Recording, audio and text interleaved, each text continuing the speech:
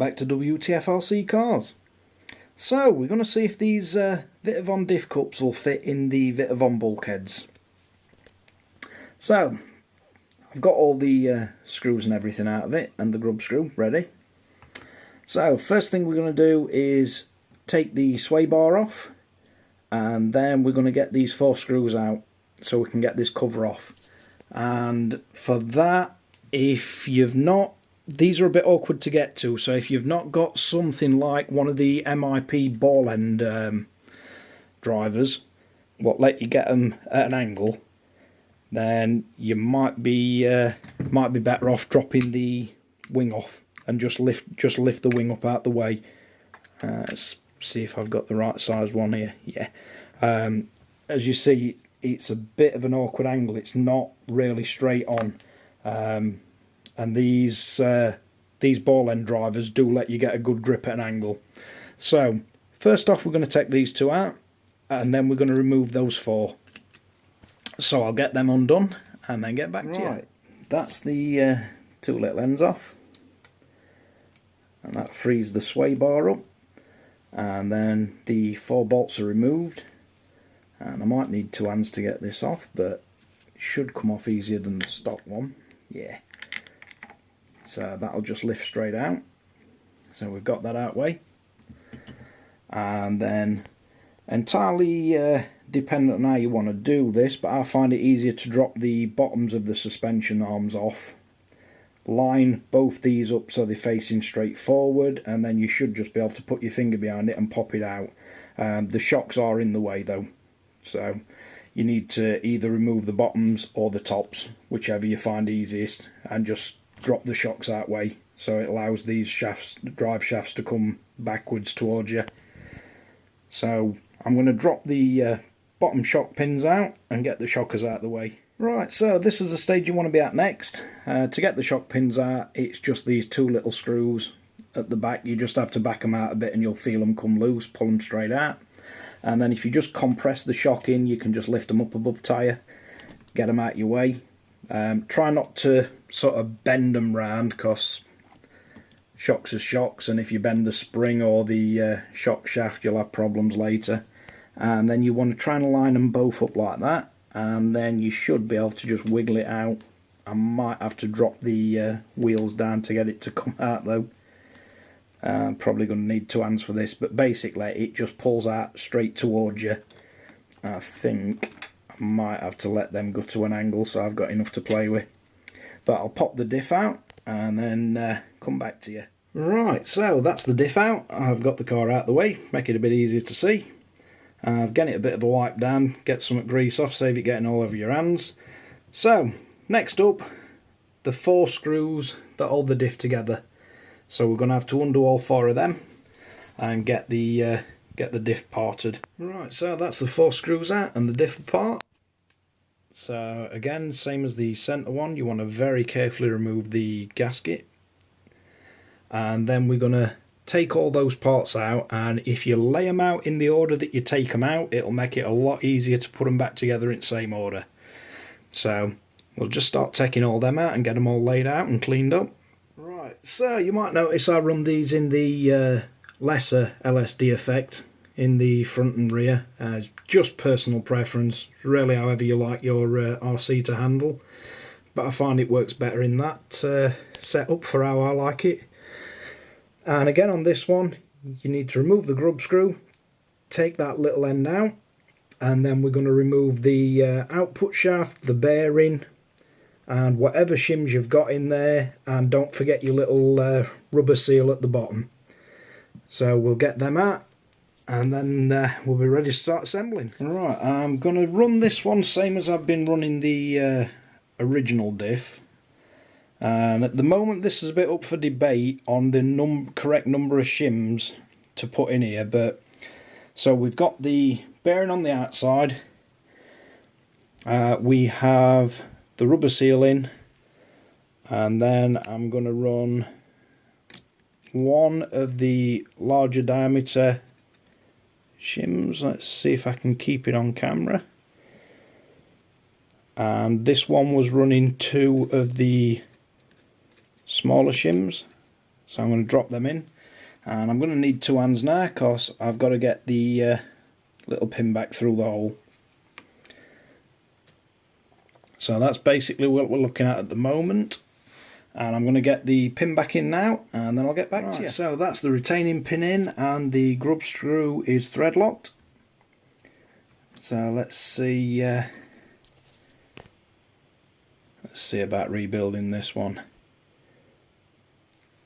So I'm running the plates again, sharp side to the outside, but I'm going to rebuild this one with, let's see if I can get them to go in.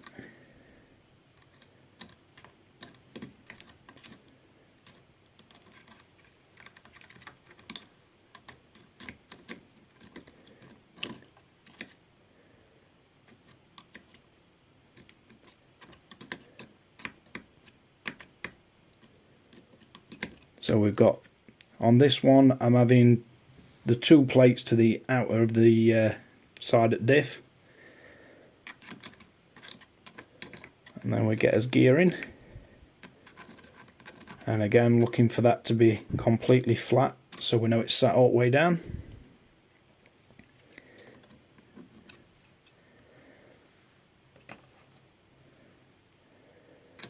And then we need to get his gears back in,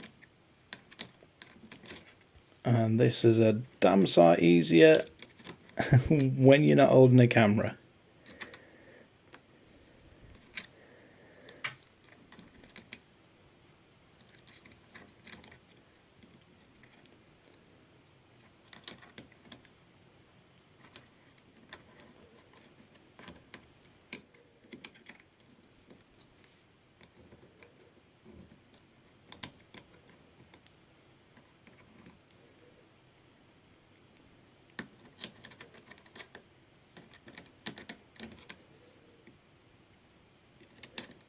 Sorry if camera's all over the place. Definitely need to get a camera stand.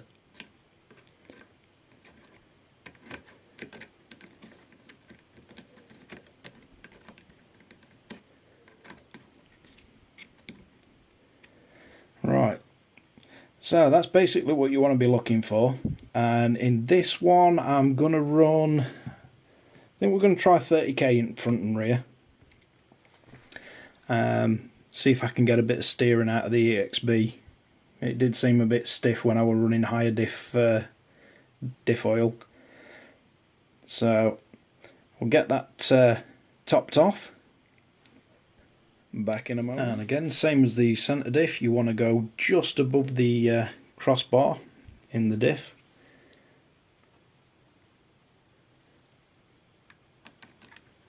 And then we'll start putting the gears back in and plates.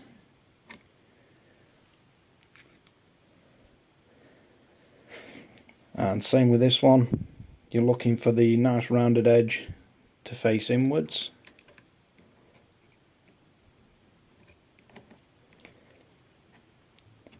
And if it's all sat down properly, it should be perfectly level with the top. And same as I did with the rear, you can just put a tiny bit more in these just to top the diff off.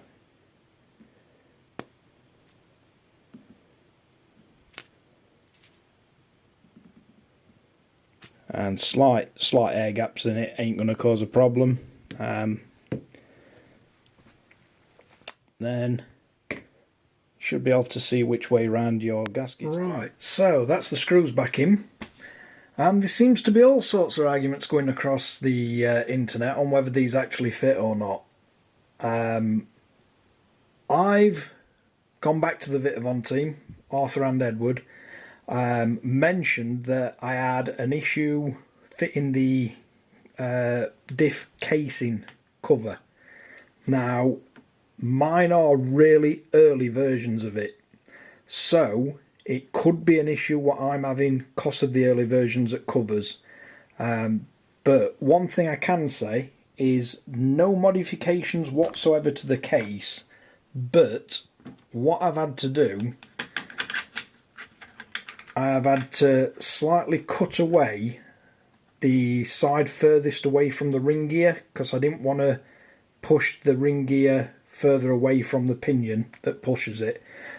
So I've had to slightly cut away at this side to make the diff fit, and it's going to be very difficult for me to show you on camera, but if I try and line the diff up, and even with it cut away, it's a very tight fit.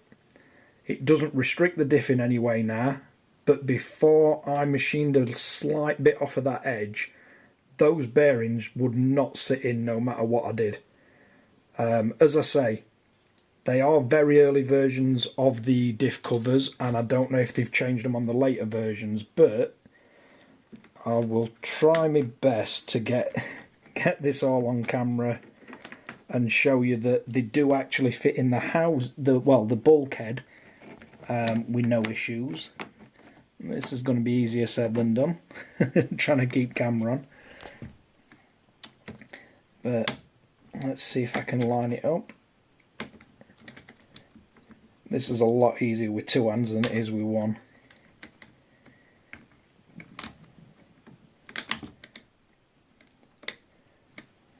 What's that stuck on?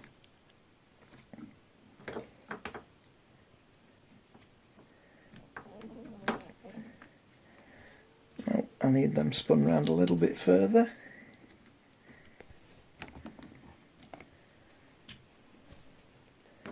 Gotta love how Armour made this. It does make it bloody difficult to get the diff back in. There you go. So no play whatsoever. So there's no play left to right at all, and it's not the dog bones that are tight and holding it.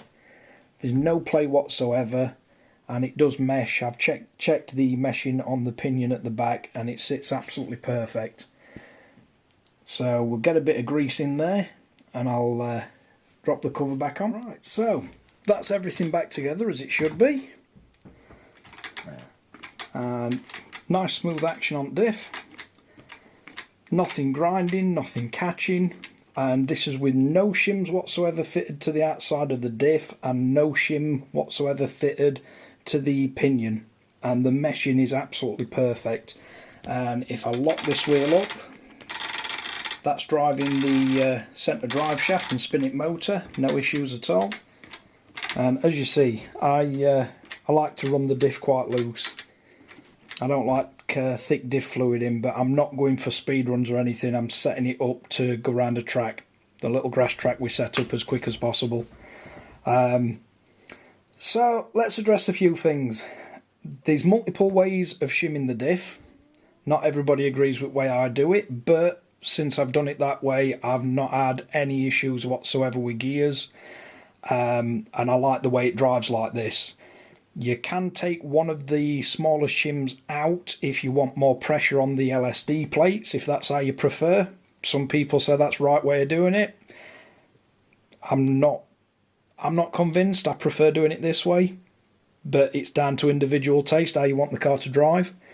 Now, would you have any issues fitting this aluminium diff in the plastic bulkheads?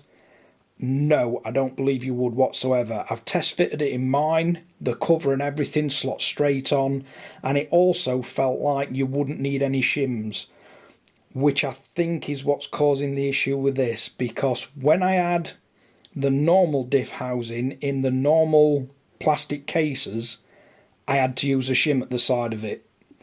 So I believe Arthur and the team have made this diff so it doesn't need any shims.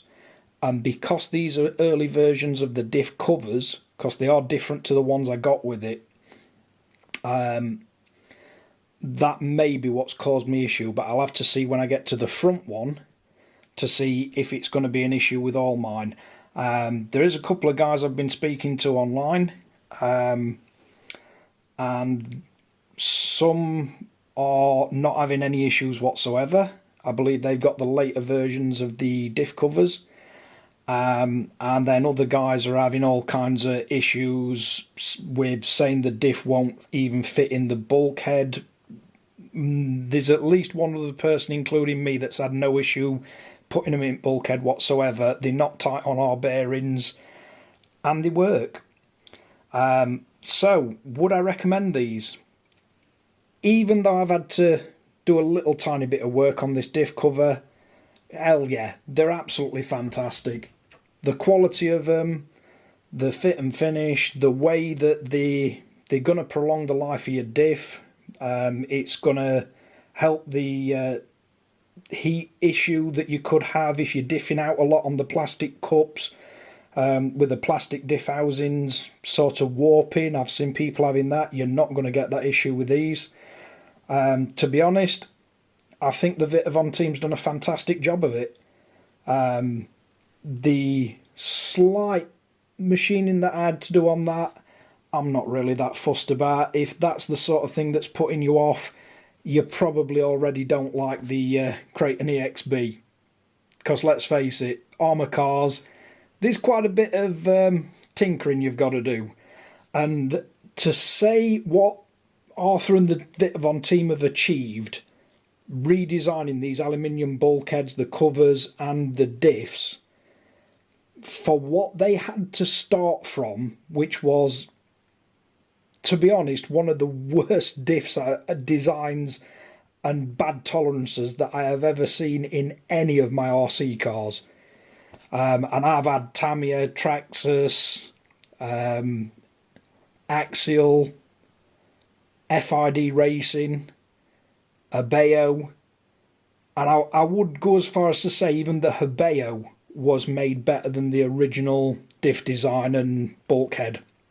Definitely better fitting than what Armour did with this. So for Vitavon to take that and turn it into an absolutely solid, bulletproof, machined aluminium bulkhead and diff assembly, I'd say the Vitavon team's done an absolutely cracking job. I will, when I do the front diff housing, if I have the same issue on that, I will try and go into more depth of just how little I had to take off this, if I have to do the same with the front one. But yeah, the entire Vitavon team, I think you've done a cracking job. If other people are in different issues than this, then I'm not sure why. Might be worth having a look how you've assembled the diff, because the diff definitely fits in the aluminium bulkhead, and it's not just me that's managed to put one straight in it. But thanks again for watching Wtf Rc Cars. If you like and subscribe. Don't forget to hit the notification bell for when we make some more questionable videos. And I'd just like to thank you guys. We've just gone over 400 subscribers. And I'll catch you all again next time.